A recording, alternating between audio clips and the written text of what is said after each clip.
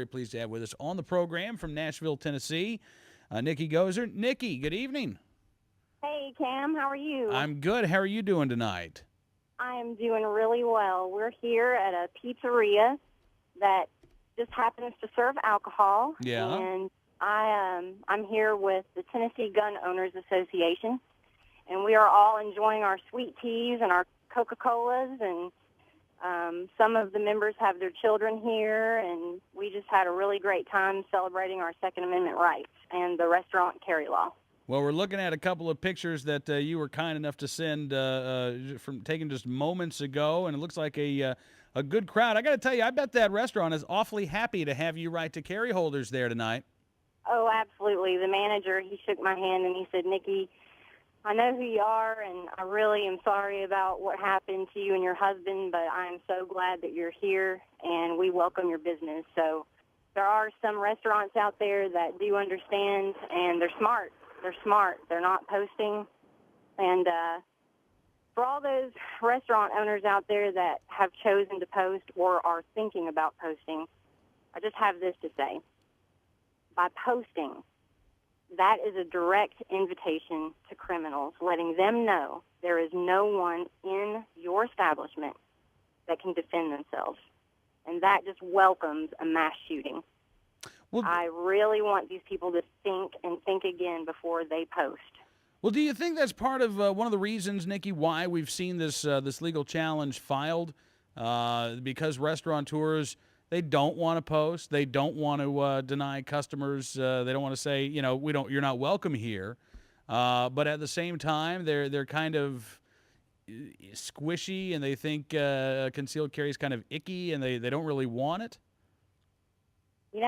I'm really not sure. I sat in that courtroom yesterday. I was at the hearing, the lawsuit against the legislature for passing the restaurant carry bill, and I have to tell you, their side, they've got 5 very, very good attorneys that are very well spoken, but I don't think that any of these men truly understand.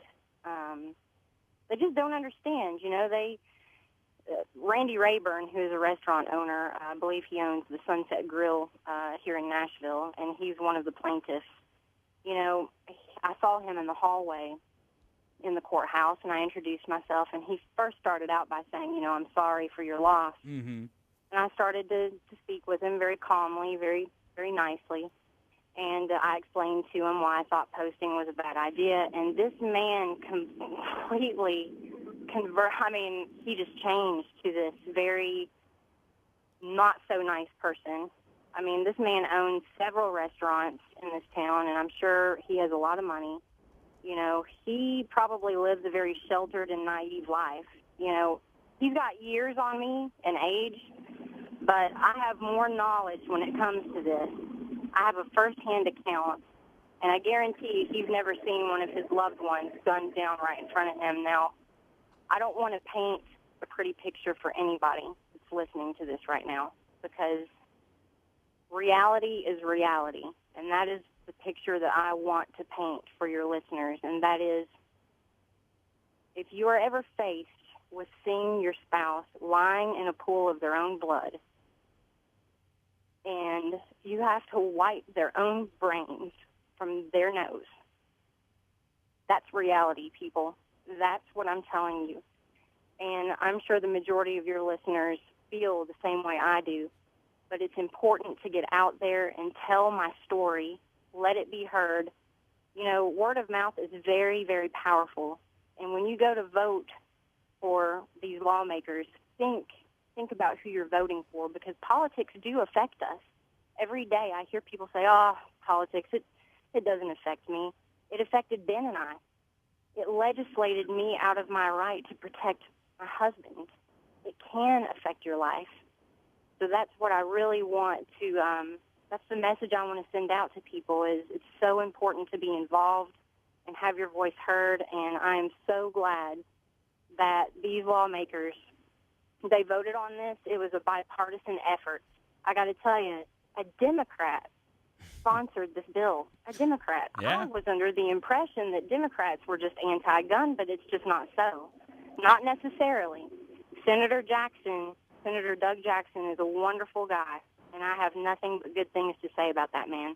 Well, it's funny you mentioned him. We actually just talked with Senator Jackson just a couple of minutes ago, and we let him know that you were coming on the program. And I know that you got a chance to. He actually invited you down to the Senate floor when the override vote was taking place, didn't he?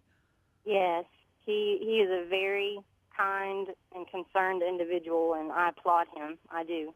Well, Nikki, listen, I can't thank you enough for coming on the program again, and we've talked so many times, but my heart just still goes out to you with everything that you've had to deal with this year. I know that this has just been an incredibly trying time for you. I admire your courage and your conviction, and your steadfast resolve. And I can't thank you enough for coming on the program, and I can't thank you enough for what you've done in Tennessee. I appreciate you guys having me on, and I appreciate everything that you guys do too, Cam. Thank you so much. Well, you're very welcome, Nicole, and I look forward to talking to you again soon. We're not done with you, okay? All right. But have a good rest of your evening with that large group of friends of yours, and I look forward to talking to you again very soon. Thanks so much, Cam. Thank you. Nicole Goeser joined us from Nashville, Tennessee this evening.